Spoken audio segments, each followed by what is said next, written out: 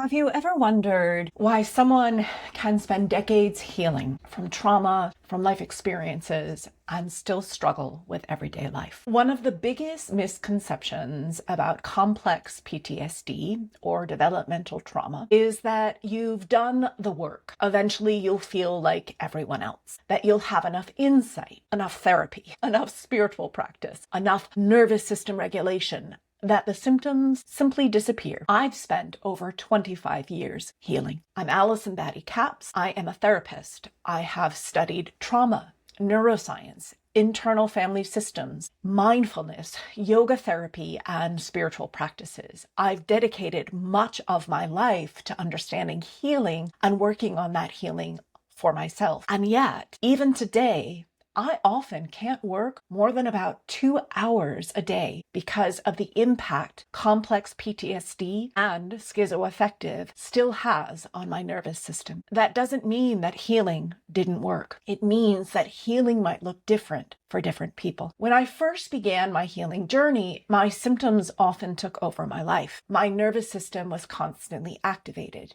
My thoughts often didn't make sense. I experienced overwhelming fear, hypervigilance, emotional flooding, and periods where simply getting through the day felt almost impossible, where I couldn't even function to brush my teeth. Over the years, something profound has changed, not because my nervous system became identical to someone who had never experienced trauma, but because I learned how to be with my experience without being completely consumed by it. Today, I can recognize when my nervous system is activated. I understand what's happening inside me. I know how to slow down. I know how to question my thoughts. I know how to question beliefs. I can now offer compassion instead of shame. I can stay connected to myself during difficult moments. But here's the part people don't talk about. Even with all of that healing, my nervous system still has limits. For me, two of the biggest ongoing challenges are exhaustion and hypervigilance. Hypervigilance isn't simply worrying. It is a nervous system that has learned to constantly scan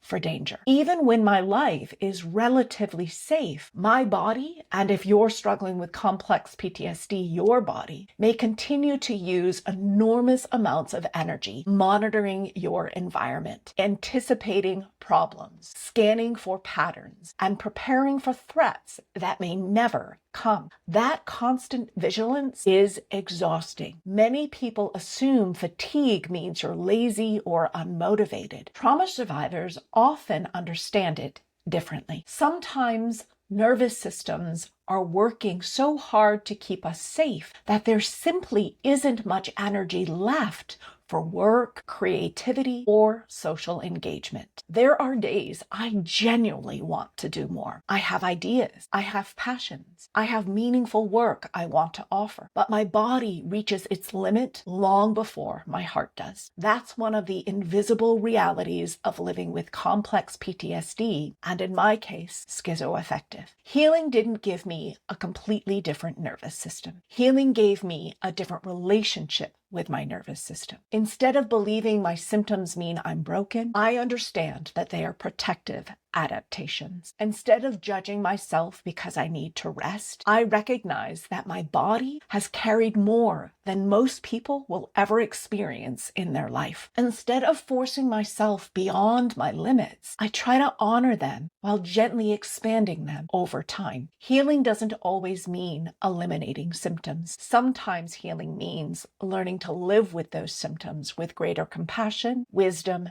and self-awareness inside the reality of your nervous system. That doesn't mean we stop growing. It means we stop measuring growth only by whether our symptoms disappear. And if you're living with complex PTSD or another mental health condition, I want you to know something. Your progress isn't measured only by how productive you are. It isn't measured by how few symptoms you have. Sometimes progress looks like recognizing what is happening inside your body instead of believing you are failing. Sometimes progress looks like resting without shame. Sometimes progress looks like staying connected to yourself while your nervous system struggles. Healing isn't about becoming someone who never struggles. Healing is learning to meet your suffering with increased compassion, honesty, and care. I have been trying to go back to work, and I have been struggling. One of the ways that I'm trying to contribute to the work is through these educational videos. I help people integrate trauma, recovery, emotional depth, and spiritual awakening into grounded, embodied living so they can feel more connected to themselves and others. Thank you for being here, and I'll see you in the next video, sending you deep love for who you are.